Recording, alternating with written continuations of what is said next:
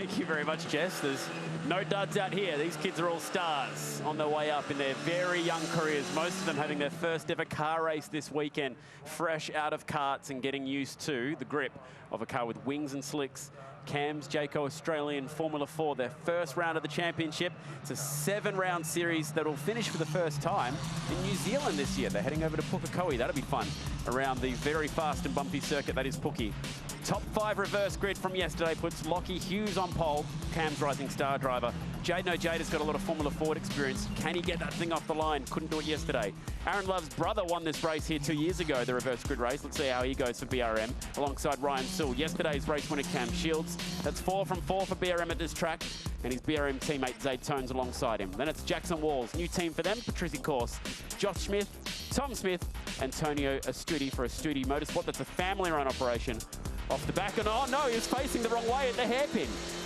Astudi's lobbed it around Jason Ackermanis style on the formation lap. I reckon he might have just got away with it. Keep that car running, young man.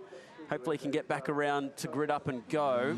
17 years of age. Hello, Andy Jones. It's all happening here, Hello, mate. I thought I'd chime in there. I'm sure there's people at home going, wow, how has he looped it and they're only under their formation lap? Well, these hand-cooked tyres, they go out of the gate. They're pretty cold. It's pretty chilly and fresh here this morning. Let's have a look at it. Whoops. So he's just come out, got on the gas, probably had a bit too much lock on it, and that tyre has nowhere near enough tyre temp, and it's just caught him out by surprise. So part of the learning process there for Astudi, he will grab reverse, grab first, drive on, and take his spot on the grid. He's got the yellow numbers on the sides of his wing, which stipulate that he is a rookie in this category, and he's just caught the back of the pack in time. So, opening round of the championship, Cam Shields, very quick yesterday, and was looking the goods throughout all of qualifying to get to this point as well, but he'll have to start from 5th position now with that reverse grid race. It puts a lot of pressure on Lockie Hughes. He'll be starting this one from pole. Team BRM, just 15 years of age, year 11 student. Now we're waiting to get that green flag at the back here, and I'm unsure if race control are happy with how that all lined up in the end. And Astudi's got more problems off the back of the grid. He's got his hand raised, which says that he's not ready to go, but they're going anyway. Jaden Ojada will get a good start as they bang wheels in the background. Astudi going nowhere. Hughes got absolutely mugged off the start line. He'll go back to 3rd position. And a great start. Ryan Sewell leapt from the 2nd row to 2nd in the race. An awkward start to Cam's Jayco Formula 4 race 2. And it's going to be on at the hairpin. Love, Shields, as Sewell swerves to get some tyre temp going. So everybody's struggling with a lack of tyre temp at the moment here in those hand cooks. You could see Sewell on the run to the hairpin just weaving SVG style there, just trying to generate some tyre temp while he's travelling in a straight line. You're right, it was an awkward start there. I'm sure we'll see a replay of it and we'll chat through it. So awkward in that Astudi had his hand up. Jackson Walls went nowhere and got rounded up. But Ryan Sewell, he made a great jump. Gained a few positions. Clean start, wasn't it? Now it's Jaden Ojada and Ryan Sewell going at it. Now, Ojada was slow off the line yesterday. He's made up for it. Here comes Sewell. He's aggressive. This would be an awesome spot to make the move stick. Ojada cracks it sideways. Ojada, turn 1. Equally as aggressive there, blocking very early on. It's given Sewell the opportunity to try and go around the outside. I don't think that's going to happen, though. At turn 3, particularly, you run out of road very, very quickly there. But Sewell, nice. Big look up the inside at the hairpin. That's very Daniel Ricciardo-esque. The old faint one-way, swing it the other, and take the lead. Nice move, Ryan Sewell. Sprung a surprise, didn't he? And just launched that car from the right-hand side to the left. But Ojada has got a really good run and will try and take this back off him. I'm surprised he was able to get the job done there. Usually you compromise when you're that far to the left-hand side of the road. Sewell would have had to use a lot of lock to get that car around the corner, and usually compromise is where you can get on the throttle, but he got the job done. Love moving through, and his young teammate, Lockie Hughes, Cam Shields, championship leader and race winner yesterday in that fight as well, in the McDonald's Miguel. So let's try and decipher what happened there at the start. You can see the very last row. Watch for the yellow glove to go in the air, which means that Astudi has an issue. Look at everybody's head looking over to their driver's right, looking up at the start light. Cool shot. Astudi must have got that car going again because he's sitting 9th in the race and still on the lead lap, which is good news. So a little issue there with the clutch for Astudi. We'll go on board here. Oh, smoke it up. It's Josh Smith. Plenty of wheel spin there. Tom Smith on his left. Great start from Thomas Smith actually up the inside, giving Zayd Tones plenty of room and picking up 2 in the first corner. And then there was this moment here where Jaden Ojeda went very defensive up over the crest and through turn 1. A lot of sliding around the rear here. Ryan Saul looked to the outside, wasn't going to get the job done. How good's this? Fake to the right, then to the left, exactly like you said, Daniel Ricciardo style. Well, Daniel is a bit of a patron of this category here in Australia. Makes an effort to try and check in with the kids at the Australian Grand Prix. And he'll be proud of that move. Aaron Love, this is how we got around his teammate. Had the overlap through the exit of turn 5, committed at 6 and moved on through to P3. Good racing, and it's still on from the Armor All drone cam. Ojeda there pulling up to the circuit on the left-hand side, so I can only assume that he's got an issue in that car. What a shame. AGI Sports entry pulling up, and he was in that lead fight. Not anymore. Has that car got damage, or is it a mechanical drama? They're usually pretty bulletproof, these cars. So the fight continues at turn 6. You're riding on board with Jackson Walls, Patricia Corsa. You're right, these cars are normally very, very bulletproof, but one thing's for sure, it looks like the fire has gone out there in the Ojeda car. So let's see if... Oh, wow, a puff of smoke. Yeah, that looks fairly terminal as well. Blue smoke out of the back of a race car usually suggests some sort of oil issue. We'll have Cam... Where it shouldn't be, on hot component. Yeah, absolutely. Telltale sign. Cam will be chasing that one up with AGI Sport, we hear, so we'll see if we can bring you an update when news arrives as Ryan Saul goes past and now has a 4-second lead. Looks like we'll have a single wave yellow for that section of the circuit. Two Ojeda. AGI teammates. They were fighting for the lead. It was a good fight between the two teammates. And at the moment, they're saying that he's just lost drive in the car, which doesn't explain the puff of smoke. No. Usually driveline issues and transmission issues don't go quite as smoky as that one. No, normally a drive shaft or something snapping, we don't see that telltale sign unless drivetrain has damaged a line as it's broken. So anyway, I'm sure Cam will do some great work in working out what that is for us. Decent fight, this. Jackson Walls. He's going at it right now with the Smiths. It's Josh Smith in the 12. And Tom Smith in the 16, waved yellow down here, so no passing at the hairpin. A couple of good little battle packs there, isn't it? Sometimes you just need a quality of field, and that's what we've got here is, you know, for these guys here, they're trying to make the step up from go-karting into, I guess, national competition car racing. And this is very much an entry-level formula for that. And to be able to see these little battle packs going on here, I love it in terms of the learning for these young kids. Nothing worse than if we saw all 10 or 11 of these cars just driving around on their own. It doesn't help them learn that racecraft. Guarantee you, this stuff here, the learning rate from within inside these cars and helmets for the drivers will be absolutely huge. They'll be thinking, okay, how do I get by this guy? Massive moment here for Tommy Smith. He's the guy in the middle, so he's looking forward and also back at the same time and trying to work out how do I get around these guys without causing an incident. So pretty cool phase of their career for these young lads. They're all on top of each other down at turn 4. Ojeda still in his car, as now Shields with a really good run on Aaron Love. These two were teammates last year. Only 3 drivers in the field competed last year. The first, second and third. Experience paying off. Shields will get this move done and move through to P2. Great job.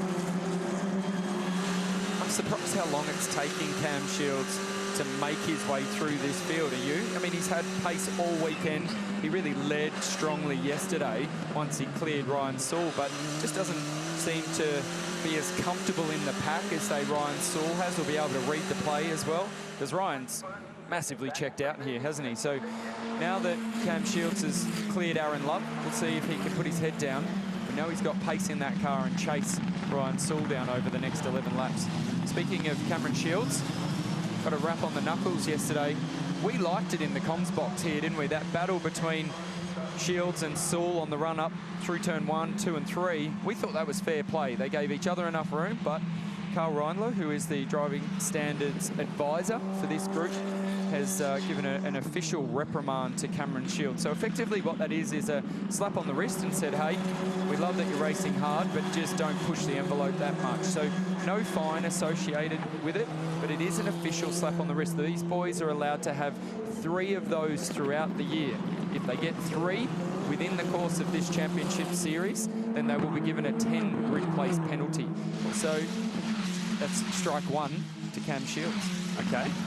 Thanks for chasing that one up, Andy. It was for not allowing sufficient racing room down at turn 2 yesterday in that battle with Ryan Sewell. Yeah, I mean, it's always a difficult one, isn't it? You know that I'm always good for an opinion. That's what you think. I thought it was really good racing. The boys didn't make contact. It was tough. It was hard. But, you know, I'm not employed to make those decisions based on the good of the category. So, you know, Carl Reindler, he's a very experienced race car driver, been doing the DSA role for a long time, and he's got a much better feel for me. But my opinion is I thought the racing was hard, like what we're seeing here. You want to encourage that from these young kids. Oh, there was no contact made. Speaking of no contact being made, there was contact there. That's teammates, Smith on Smith, and a broken front wing as a result. It started when Tom Smith ran wide at turn 6. Josh got a really good run on him, but unfortunately made contact, and I wouldn't be surprised if there's damage to the left rear of Tom Smith's car because it just run off at turn 2 as well. Yeah, usually when we see a front wing like that make contact with a rear tyre, you end up with a puncture in these open wheeler cars, don't you? So that's still going to help the aero on Josh Smith's car. Well, there's precedence from last year that he may even have to come in and replace that wing. That was a talking point last year at Queensland Raceway. So let's have a look at that there. Tommy's given Josh enough racing room on the entry to the corner and through the corner. It was awkward contact and a long way around. This will tell the story a bit better. So Tommy up on the curb, just not knowing that Josh is still hanging in there. The rear of the car's got loose and it sort of spat in towards him. So awkward moment. That left rear tyre looks like it's still inflated at that point from that shot. Maybe just ran out of road. Good little battle though. Yeah, and they went side by side, made contact. all the way to turn 2. Shemek Racing spent a lot of time in karting. Great slow-mo shots there. You can see the tyre wall, sidewall just flexing on the Hankook. Oh, wow, and here we go. And a bit of air time. Nice. But again, that left rear Hankook really hanging in there. And just look at Tommy's head there when he lands. I can guarantee you these cars, you pretty much are sitting on the floor of them, and that will send a sizable jolt through the spine of young Tommy Smith there. So never like seeing open wheeler cars take off like that. We had a couple last year at the Gold Coast when they hit the curbs hard. Tyler Everingham in particular had one where the thing got proper airborne, champ car style. Meanwhile, Sewell, the 5.8 second lead for Shields. Shields pushing pretty quick at the moment, has the quickest lap of the race. But unless there's a mistake or some kind of safety car intervention, you can't see making up 5.9 seconds. Not when he's only taking 0.2 of a second out per lap. But we know that car's got pace in it, has done all weekend, and he's driving it brilliantly, Cam Shields, but just wasn't able to read the play or get through the traffic from his P5 starting position the same way that Ryan Sewell did. Lockie Hughes, we've spoken about this young man throughout the coverage all weekend. He sits P4 at the moment. Has he got something for Aaron Love here? Can he just use that toe a bit more effectively and be able to get sucked up a little closer, which he does there, under brakes? And as I mentioned, this is where this category is really good. We've got Lockie Hughes in that situation. He's the guy in the middle. He's looking forward, looking back, trying to work out how he can play this game or come up with a play that he can get by Aaron Love, and his friend here is going to be that toe. And the toe's a funny thing because if you're the first car behind the front guy here, so Aaron Love is our front guy, Lockie Hughes is the next one, the guy getting the big benefit of the toe here is Zaid Tones. So he's the third car in the road. It's about 25% extra, I guess, break through the air that you get for every car further back behind that lead one. Tones toe in effect here for the 27, tucked in behind his teammate who started from pole position, Lockie Hughes, who actually has karting experience for Patrizi Corsa, although not driving for Patrizi Corsa in Formula 4. Looking forward to that battle at some point when it pops up against Jackson Walls throughout this year. Just looking at the championship ahead, Cam's Jacko Formula 4, 3 races this weekend. They head to Phillip Island next, which is a track they're all very familiar with. They do a lot of testing there. They'll stop at Queensland Raceway, a double header at Winton. First round of this championship happening at Winton. Sydney Motorsport Park running with the Nationals there later in the year before it all winds up at Pukekohe Park, New Zealand. That's the first time that their season has concluded at Pookie. First trip overseas as well for Cam's Jake Australian Formula 4. We could see there on the exit of the hairpin, Lockie just checking his mirrors, working out where Zay Tones was, still looking. There he is, to the left, to the left. Pretty cool, pretty cool. I like these shots. And Lockie Hughes has gone with the clear visor for this race because of the rain, or the chance of rain out there and the clouds coming over. It's great, we can really see inside the helmet of these guys, and that's one of the benefits of an open wheeler category like this. You really can get a feel and a sense of what the driver is doing. I've seen a bit of their personality come through. I've enjoyed watching Craig Lowndes with the clear visor this weekend as well. Shane Van Gisbergen doesn't rock the visor with his style helmet. Remember here last year, I think it was, maybe the year before, he had the sunnies on though, which is a strange look. Channeling his inner cold trickle. The Umroll drone cam showing us the field is broken up a little bit now with a couple cars finding dramas. Shame for Jay No Jada. Not the start to the championship he needed, given yesterday he had a pretty good qualifying run, but I couldn't get that car going off the start line. And then today, mechanical dramas, no fault of his own, and out from what would have been a really strong P2, and still fighting with his teammate at that point for the lead. So what's happening here is these two guys, Lockie Hughes and Zay Tones, are dropping off the back of Aaron Love a bit because there's a battle going on. And that's why Lockie Hughes is really covering and looking in those mirrors, seeing where Zay Tones is. Zay had a cheeky little look in the braking area at turn 6 on that previous lap. Can't help but feel like he's got a bit better pace in that car. And over the course of the next couple of laps, I feel like we're going to see him make a move. There we go, that tells the story. So lap 14, a little bit quicker than Hughes. Lap 15, slightly slower. Not a lot in it really when you look at that 56 thousandths of a second. Barely a front wing in terms of space on the racetrack between the two of them. It's going to take a really good run out of the hairpin for Zay Tones, and then massive commitment levels from him to actually have a crack under brakes there. You see that car just moving around in the braking area at turn 6 on that lap, so can't help but feel like he is on the threshold already in that car. Can he do something? Running out of laps. Their last race will be live here after Supercars today, which will again throw in another challenge for them because there'll be quite a bit of well, marbles and dust off the racing line, as there always is after a Supercars race. So passing later today will be difficult. Driving off the racing line to make a move stick. Dying stages. Has Tones got anything for his teammate Hughes? Notice Jada No Jada there, still sat in that race car. Sensible move by the young man. Sometimes the safest place if you can't get close to a marshalling box is to stay in it with your belts and everything done up. Well, particularly where he is on that part of the racetrack as well, because there's just that thin line of Armco fence between the other side of the racetrack. Nowhere really for refuge, so smart play. Last lap.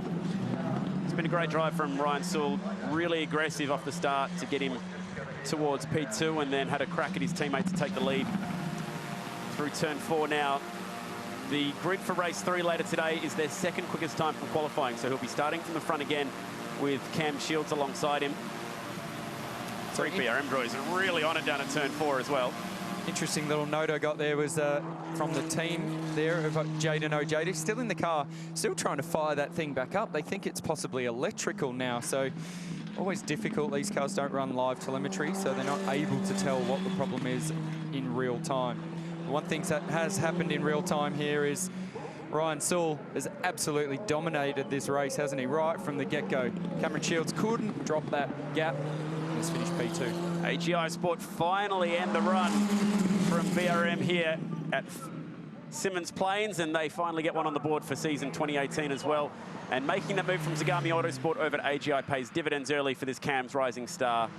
rookie who's moving up from last year being the Burston Rookie of the Year to this year, hopefully fighting for a championship. That was a cool drive, Andy. It was a cool drive, very measured. A little shuckers there at the end from Ryan Saul, young bloke, showing some personality. Well played. So it's 4.6 seconds in the end, and Shields actually went under yesterday's lap record. So he's got the speed here and will be one to watch later today. Drove from 5th to 2nd. Aaron Love collecting a nice pocket of points. The Year 11 student from WA. Lockie Hughes, again, started off the pole but couldn't quite keep that pace going. And that wraps up their second race. They'll be on track later today. Well,